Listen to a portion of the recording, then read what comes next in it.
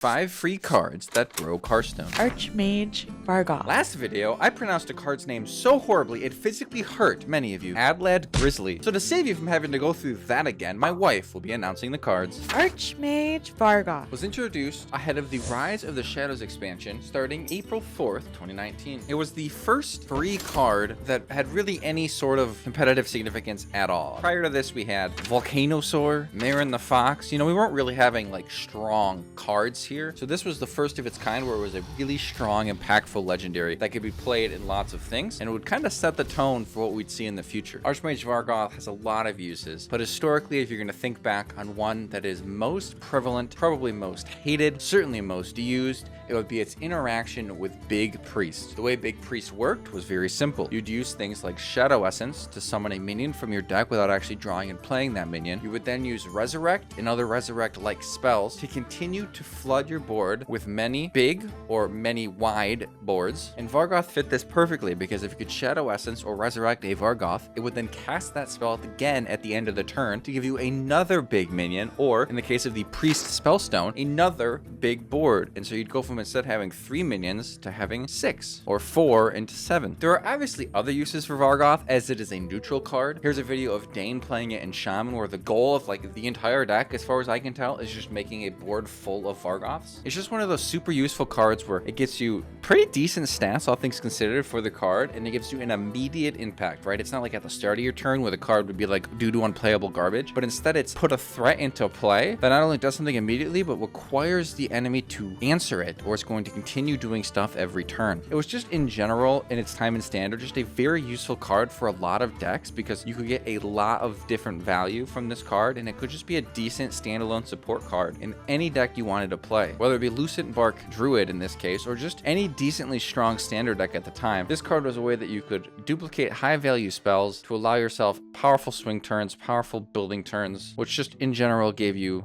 lots of good use and utility. There's not much else to say about this card, but it does what it does well because there are a lot of spells that you would love to repeat at the end of turns, and its only real drawback is that you can't play spells you don't want it to repeat, or else you have to take the risk of the 50-50 or the 33% depending if you play 3 spells. At the end of the day, there are too many examples for me to list all of them here, so you'll have to let me know which ones I didn't talk about that you think I should have in the comments below. That about sums up Archmage Vargoth in its entirety and explains why it was a free card that broke Hearthstone. Snip Snap Was a free card starting June 3rd, 2019 with the introduction of the Rise of Mech event. It was a free card that associates with Boomsday, but the Boomsday expansion actually came out in August of 2018. So Snip Snap was the first, and maybe even only, I don't want to see that because I'm not sure, but it's the first collectible card in Hearthstone to be added to a set that is not the most recent one, which meant also that it had the shortest lifetime in standard of any card in Hearthstone history, if we exclude the Hall of Fame. All of those things are unique to this card, which is super interesting because it's a very unique card on its own also. Some additional context before we get into how this broke Hearthstone. We need to look at what happened before the card was even released. Shortly after the card was announced, players noticed a potentially deadly synergy with Reckless Experimenter. The combo with Reckless Experimenter and Snip Snap would allow a player to do unlimited early game burst damage if they had a single mech on the board. So all you would do is you'd have a mech live, and you'd start your turn with Reckless Experimenter, and then you'd play unlimited Snip Snaps for 0 on that mech until it got up to 30 attack or more, and then you'd hit the opponent in the face and they would explode. Blizzard responded by announcing that with the same patch that this card would go live, Reckless Experimenter would be modified so that it could now reduce a card's mana cost below 1. This led to a lot of outcry about people being very upset that Reckless Experimenter had to die for the sins of Snip Snap. But ultimately, Blizzard did what was best for the game, because allowing a deck to be able to do infinite damage by simply having one mech live on the board and then playing infinite Snip Snaps on it would not be healthy. So how did it break Hearthstone? Well, let me introduce you to Snip Snap Warlock. The way this deck works is that you stick one mech on your board and then you play infinite Snip Snaps on it and you win the game. They didn't patch out this way to do it. Summoning Portal into Mech Warper makes your Snip Snaps cost 3 less for infinite damage. So starting on turn 5, if the opponent ever left any mech on the board, they would lose. And this was in 2019 Hearthstone, where games didn't go as fast, and answering a mech every turn whilst trying to do your own thing was a lot tougher of a task, and you often would just have to hope they didn't have the right cards, which against a Warlock was a losing bet considering the class's draw built into its core class mechanics. This deck got the entire mechanic of Echo nerfed. nerfed. To fix this card and to fix this problem and to fix any future problems, instead of just nerfing Snip Snap, they made it so that the entire mechanic of Echo, every single card with Echo, could not be reduced below 1. Thankfully for the players, Snip Snap was issued a dust refund because of its popularity, but there were a lot of Echo cards that weren't. I already talked about this a little bit in a past video when I talked about a bug that let you play these faster, but this deck was a powerhouse, was an absolute menace, and Snip Snap was a very key part of that, and that is why Snip Snap was a free card that broke Hearthstone.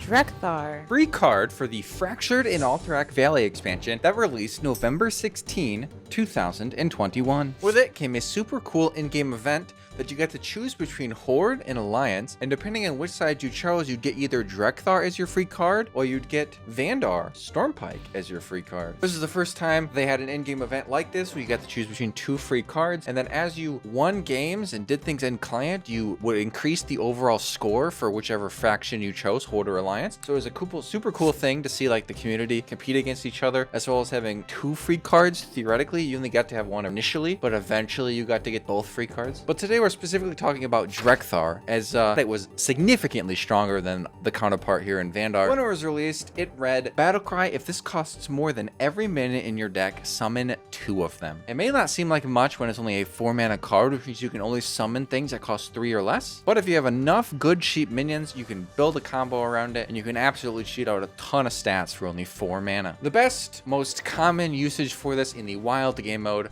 was using Drekthar to pull out Sorcerer's Apprentice, which at the time cost 2 mana and now costs 4, as well as Flame Waker. So not only did your spells cost 1 less, but your spells also dealt 2 damage randomly among enemies. And so what you do is you cheat out those 2 minions, and then you play a bunch of free spells, and your opponent would explode. It was that simple. Sometimes you'd get 2 Sorks or 2 Flame Wakers, but really only getting 2 Flame Wakers is the bad outcome. If you get 2 Sorks, what you could do is you could use things like Mana Biscuit and Refreshing Spring Water to cheat mana back to refresh mana, to then allow you to place Flame Waker from your hand, and you could cycle through your deck, play a bunch of cheap cards, and you could kill your opponent. However, this card was not broken just in wild. This card also very much was a powerhouse and was broken in standard. Because if you really think about it, even with the combos aside, it pulling a Sorcerer's Apprentice and a Flame Waker means that it's a 4 mana 4/4 that adds 3/2 worth of stats as well as 2/4 worth of stats to the board. So you're getting in that case like 9/10 worth of stats or 4 mana. So if you, instead of having like a specific hyper refined combo deck and you just have like good powerful minions being pulled out, you're getting a ton of stats on turn 4. You're also drawing and playing 2 cards, and again, it's a neutral card, so you can do this in a lot of different classes in a lot of different ways, and it's just really powerful with the right minions in the right deck. You would just always consistently pull out good minions that were designed for your deck that would just overwhelm the opponent or kill them straight up. You can also do fun things with it that aren't good, like this person who did Deck of Chaos, which meant that their really expensive stuff that had low attack actually cost really cheap and had a lot of attack, and so you were able to pull out anywhere from 5 to 10 mana cards as long as they had less than 4 attack originally. They would be changed with Deck of Chaos to have less than 4 cost, and so you'd be able to play Drekthar and pull out big minions such as the Abomination here or this 5/1 and cheat out big things that way. This was beyond bad. I mean, this is a meme, but it's a way that you could break the restriction of having to only get cheap minions by making expensive minions cheap before pulling them out with Drekthar. Not much more to say about that. It's just an all-around amazing card that can be used in lots of different decks, which is why it was nerfed after only 6 months of it being released to only summon 1, which effectively made it obsolete. Prince Renathal. Our second to last card is a 3 mana 3/4 that does absolutely nothing else.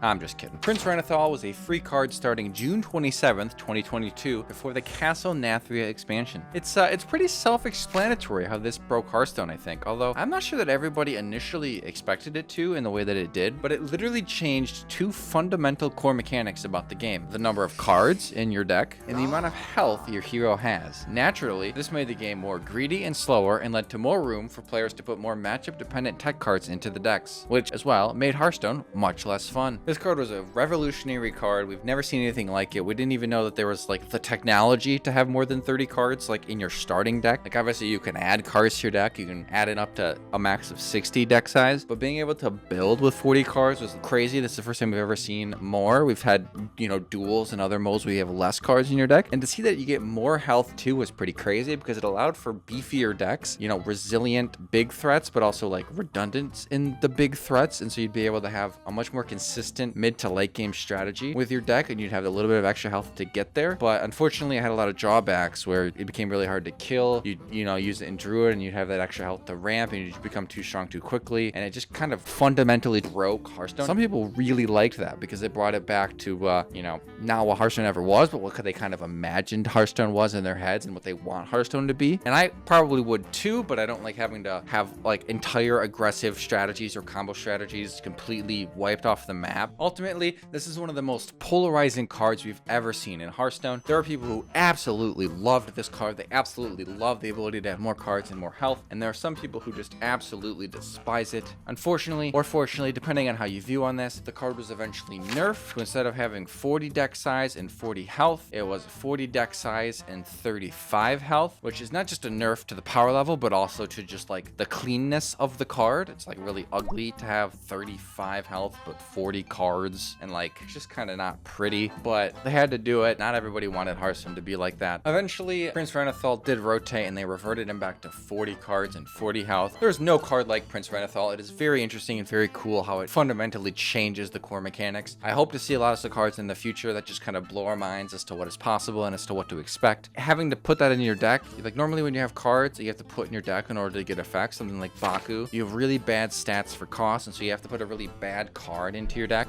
With Prince Renethal, he's the staple minion in Hearthstone. 3 mana, 3/4 is a staple, solid, almost seems like a stat line they balance the whole game around. It's like very fundamental. It's like just above what is bad. So it's like a halfway decent minion on its own. Obviously, like a Spider Tank's not good, but when it comes with this effect, as like that being your worst card in your deck is pretty solid. And so you're able to have completely different Hearthstone experience, all thanks to one card coming in and breaking Hearthstone. Marin, the manager, was free starting June 17th, 2024, and immediately it made big waves in Standard. It was even good enough to see play in Wild, which almost deserves some context, seeing as in June 2024, there's a fairly good chance that the game is over between turn 3 and turn 7. This card has great value, adding 3 cards to your deck and 1 card of your choice immediately to your hand. It also has huge swing potential with the draw 3 that sets the cards drawn to 0, allowing you to hit things like Reno Lone Ranger or other huge swing cards and being able to play them for free the same turn. It also has big tempo swings with the summon legendary minions to get immediate huge board presence. These are probably the most commonly used ones, but on top of that, you can also get insane value from the Toland's Goblet, which allows you to draw a card and fill your hand with copies of it. And imagine doing that, but hitting another treasure. The value and potential quickly goes insane. Last but not least, beyond the discover and summoning legendaries and the draw 3 and the Goblet, there's also the Golden Kobold, which is a 3 mana 6/6 taunt battlecry. Replace your hand with legendary minions. This is often played as a latch ditch resort, but even just replacing your like cheap removal or whatever spells that aren't so useful in your matchup with insanely potential powerful legendaries, it's also just a way to guarantee that you have at least something usable in all of those slots, and it's a last chance effort to get a little bit more value to eke out a game or to overwhelm your opponent with a big powerful swing, or ideally even in some cases just a finisher like a charge minion of some sort. With these 4 treasures and a just barely cheap enough minion, it is no surprise that this card has a lot of potential. Obviously in Druid it's the strongest because you can ramp up to 7 fastest, but it's seeing play currently in decks like Demon Hunter, Death Knight, and Control Warrior. This card all around provides everything you want in a card. It provides value, it provides tempo, and it can even provide a way to close out a game. Time will tell if this card is really busted enough to be on this list, but ever since it came out, no more than a month and a half ago, it has been a crazy card to see. It has been immediately very powerful, and that is why it is the final card on our list of free cards that broke Hearthstone. If you enjoyed this video, as always, be sure to subscribe, and I'll see you in the next one.